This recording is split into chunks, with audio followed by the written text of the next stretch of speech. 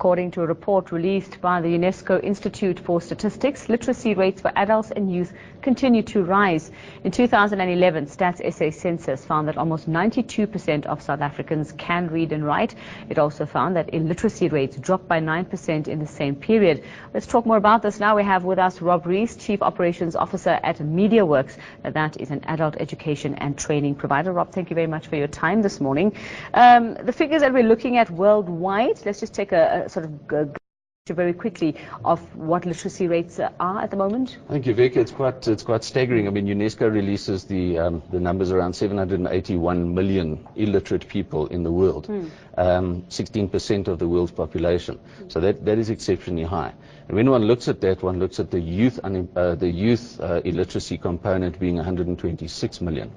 And between those two numbers, we look at 64% being female women, and in the youth sector about 61% being girls. Is this also representative of what's happening here at home in South Africa? What are the numbers at home? It is pretty much representative. Our numbers here are 92.9%. That's what the statistics are telling us. So we're talking between sort of 3.5–4 million illiterate adults in the country. And women featuring prominently there? Featuring prominent, absolutely, yes. But you know what? There's so much being done currently to alleviate that and to raise those literacy levels. What are the reasons behind looking specifically at youth and women, and why are we seeing such big numbers there? I think that, you know, a situation comes down to access. It's access to education, and I think that's something that we've generally addressed. So there's a lot of accessibility. The next thing that we need to focus on is quality. And I think that's when we look at the situation in Kuruman this morning that's being spoken about. It's exactly that. Is that there's access available, but that quality is just not there, and that's what we really need to focus on going forward. So what are we seeing happening as a result of this? What are the consequences for these young people and for our women? What state do we find them in their lives? Well, we can obviously see from the unemployment sector. Employment is such a critical issue, and if we're not literate, we're not going to be able to participate in the economy of the country. So what we've really got to focus on there is getting people to participate in the economy, education, literacy training. They're saying that of those 781 million, if 171, if they had basic reading skills and literacy skills, 171 million of those would not be in the unemployed sector.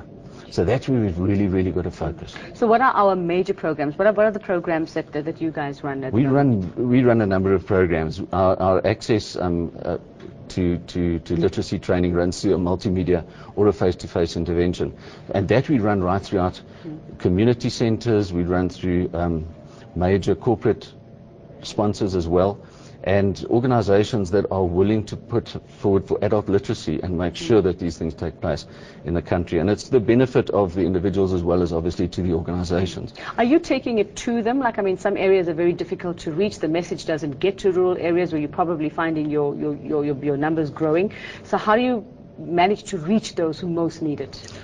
Well, there's so many programs that are out there. We like to focus. We bring in what we call our My Legacy project, and that is we try and encourage our staff, our employees, to go out and identify certain projects.